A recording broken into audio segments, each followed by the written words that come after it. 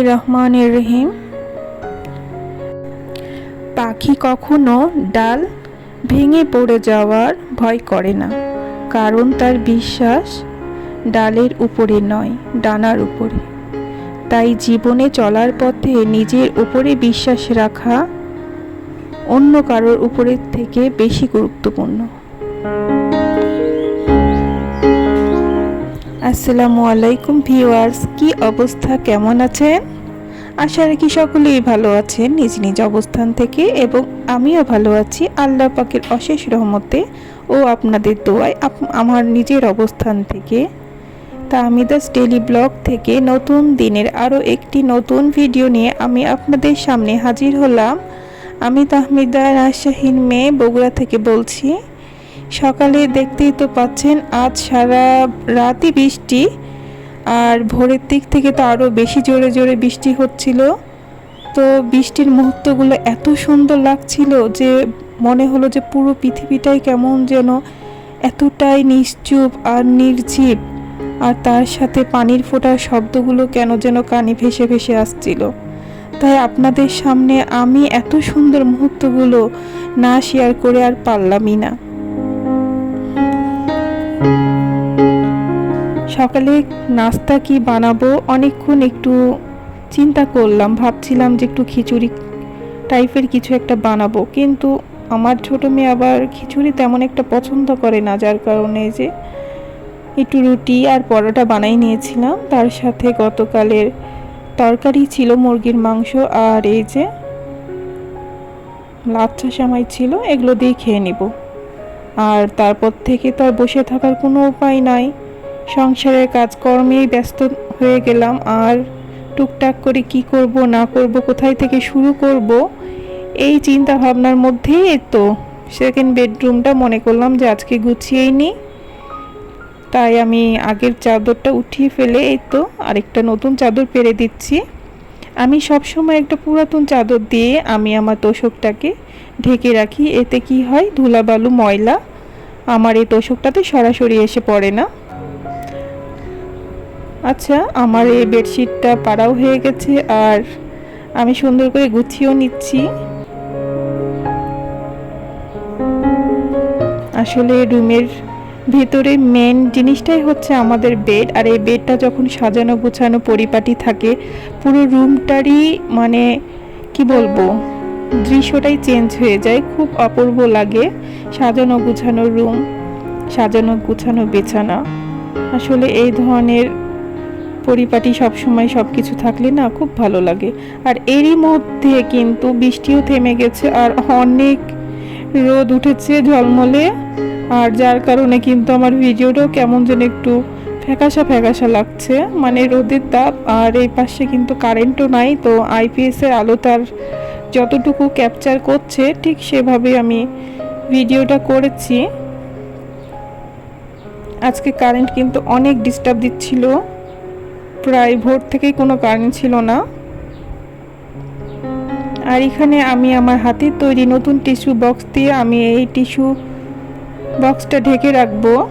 আমি এই যে একটা পুরাতন টিস্যু বক্স দিয়ে আমি এই টিস্যু বক্সটা তৈরি করেছিলাম নিজের হাতে, আসলে পাটের সুতা দিয়ে তৈরি করে নিয়েছিলাম। আসলে তখন আমার কোনো ইউটিউবের চ্যানেল ছিল না, যার কারণে আমি আপনাদের সাথে এই যে এটা তৈরি করার সময় শেয়ার করতে পারিনি, কিন্তু ইনশাল্লাহ নেক্সটে যদি এমন কিছু কাজ করি তো অবশ্যই আপনাদের সাথে শেয়ার করব। আমার এই টিস্যু বক্সটা কেমন লাগছে আপনাদের কাছে প্লিজ আপনারা কমেন্ট করে জানাবেন। কিন্তু এখানে সবসময় আমার একটা ল্যাম্পশেড থাকে, আপনারা কিন্তু খেয়াল করলেই মানে দেখতে পাবেন। তো আজকে ভাবলাম যে আমি ল্যাম্পশেডটার পরিবর্তে এখানে একটা আমার ফুলদানি দিব।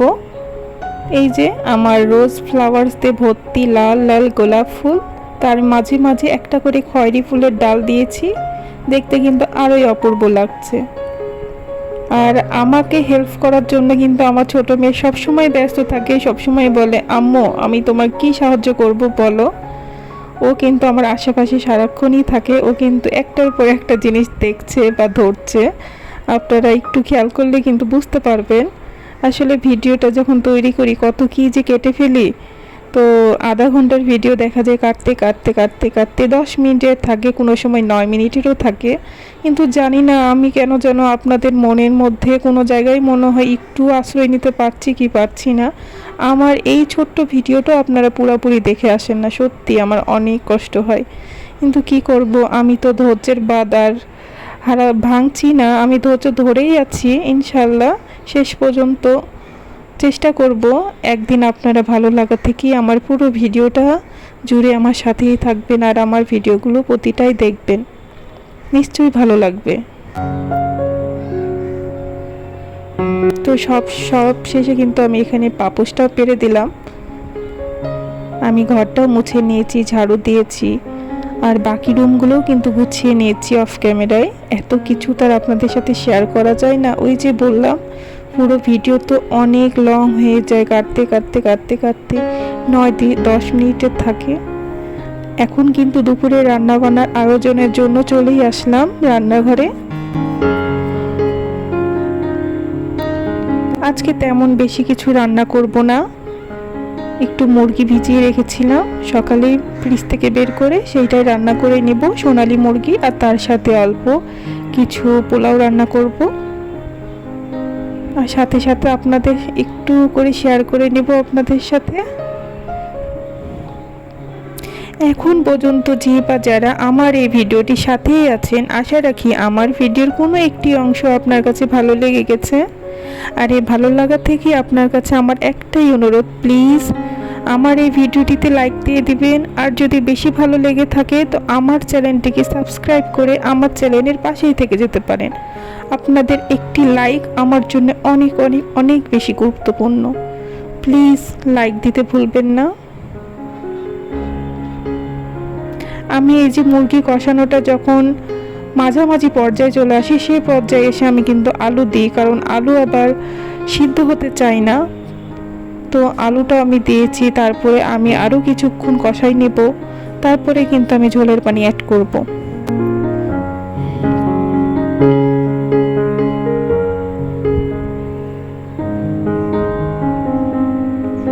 আসলে আমাদের সারাদিনের কাজকর্ম প্রায় একই হয়ে যায়। দেখা যায় আমি আজকে যা রান্না করছি বা যেভাবে ঘরগুলো গুছাই নিচ্ছি, আরও অন্য একটি আপুর ভিডিও দেখতে গেলেও দেখা যায় কিছু না তো কিছু কাজ মিলেই যায়। তার মানে এই না যে আমি তাকে ফলো করছি, আসলে আমাদের কাজগুলোই হচ্ছে এমন, সংসারের প্রতিদিনই একই কাজ থাকে। এই ঘর গুছানো, রান্না বান্না, বাচ্চাদেরকে একটু সময় দেওয়া, আর এই তো টুকিটাকি ঘরের কাজ, সাজানো গোছানো। আর আমি রাইস কুকারে যেভাবে পোলাওটা রান্না করি আপনাদের সাথে কিন্তু একটু শেয়ার করে নিচ্ছি। আমার রাইস কুকারে পোলাও রান্নাটা কিন্তু খুব সুন্দর হয়, একদম ঝরঝরে, আর একদম পরিমাণ মতো পানি তার সাথে, মানে না হয় ভাত শক্ত না হয় নরম, একদম পারফেক্ট পোলাও হয়। তো মনে করলাম যে আজকে আপুদের সাথে একটু শেয়ার করি, যারা নতুন গৃহিণী তাদের যদি একটু সাহায্য হয়ে যায় তো এটা আমার জন্য অনেক প্লাস পয়েন্ট।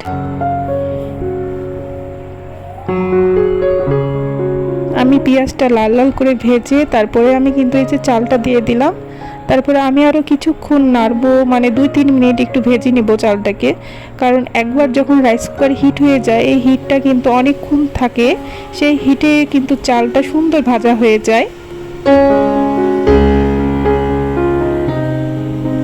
তারপরে আমি কিন্তু কেটলিতে পানি গরম করে নিয়েছি, সেইটা কিন্তু আমি অ্যাড করে দিব। আমি কিন্তু চাল যতটুকু নিয়েছি তার দ্বিগুণ পানি নিব, মানে হাফ কেজি চালের জন্য কিন্তু 1 কেজি পানি দেব।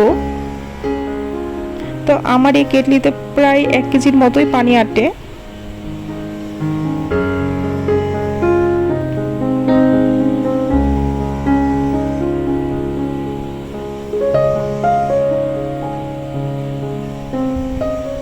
এভাবে কিন্তু আমি পোলাও রান্না করি। শেষে যে আমি লবণ, কাঁচা মরিচ আর ঘি, সবসময় আমি ঘি অ্যাড করি না, মাঝে মাঝে, কারণ আবার ঘি খেলে আমাদের আবার অ্যালার্জির সমস্যা, তো অ্যালার্জির সমস্যাটা খুব বেশি দেখা দেয়, তো আমি বেশি ঘি খাই না, আর গ্যাসেরও প্রবলেম হয়।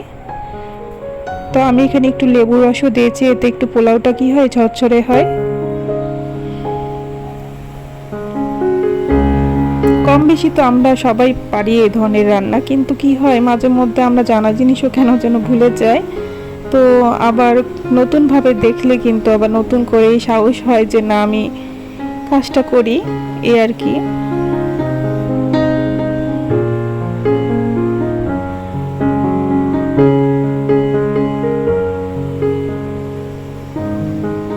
তো আমি এখন খাবারটা কিন্তু এক প্লেটে সার্ভ করে নিয়েছি, আমার ছোট মেয়েটাকে খাওয়াই দেব, তারপরে আমি গোসল করব, নামাজ পড়ব, তারপরে আমি ভাত খাবো। আর এই তো এখন কিন্তু এটা বিকালের পর্ব। তো আমার বড় মেয়ে সিমি ও কিন্তু পিৎজা বানাইছিল, তো আমি ভাবছি যে এখন একটু খেয়ে নিই বড় মেয়ের হাতের খাবার। খুব মজা করে খাচ্ছিলাম।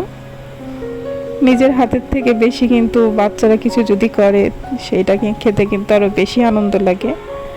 আর চা আর পিৎজা খেয়ে নিচ্ছি, আর আপনাদের সাথে কিন্তু বিদায়ও নিয়ে নিব।